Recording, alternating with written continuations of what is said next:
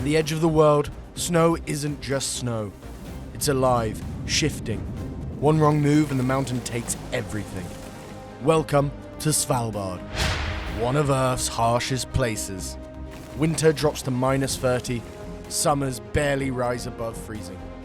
4 months of darkness smother these islands. Outside this lone town, there are no roads, no villages, only wilderness. This is the man who guides skiers through this frozen maze, where every choice could be his last. This isn't just guiding, it's survival.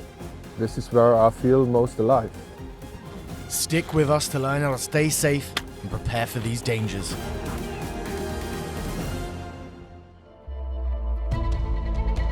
With sea ice disappearing and polar bears growing desperate, every journey beyond town limits requires more than just warm clothes and a sense of adventure. It requires training, vigilance, and a loaded rifle. You always have to be aware of polar bears. In town, you're just allowed to carry a rifle with an open chamber and no magazine and no bullets inside. And if you go out for a trip, you have to leave town and then you should half-load your rifle, because if you need a rifle for a polar bear encounter, you should be ready all the time.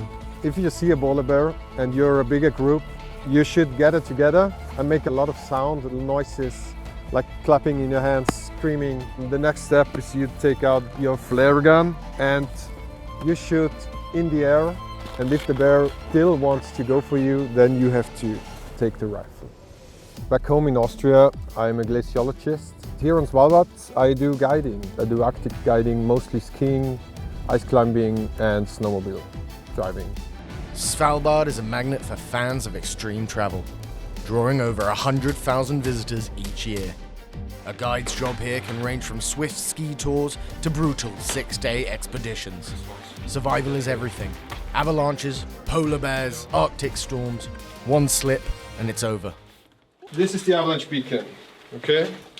You have to wear this underneath your jacket. Yes, you see? Now I found you. Nice. Cool. The responsibility here as being a guide is really, really high. You are responsible for their life, for their safety. You have to check the thickness of the sea ice, and in the same time you have to look around and be aware of polar bears. As a guide, you get the training to do that, but you have to be focused all the time. If you go out for a tour, you always have to have plan B and C, because the weather changes very quickly here on Svalbard. So it can be sunny now and in 20 minutes it's whiteout and it's storm and it's cold.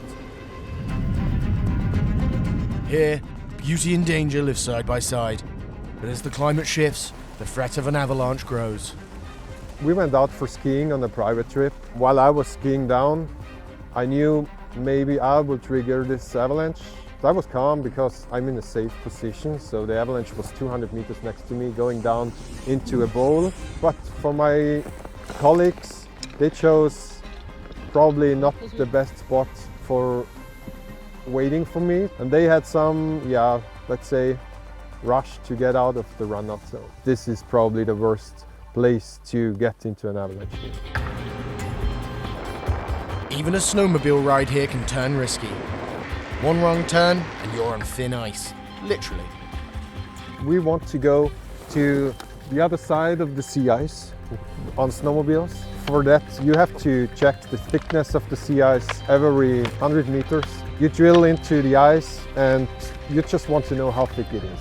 You don't want to break into the sea ice, because this is probably the worst thing that could happen here on Svalbard. Worse than a polar bear attack? Yes, it takes longer to die.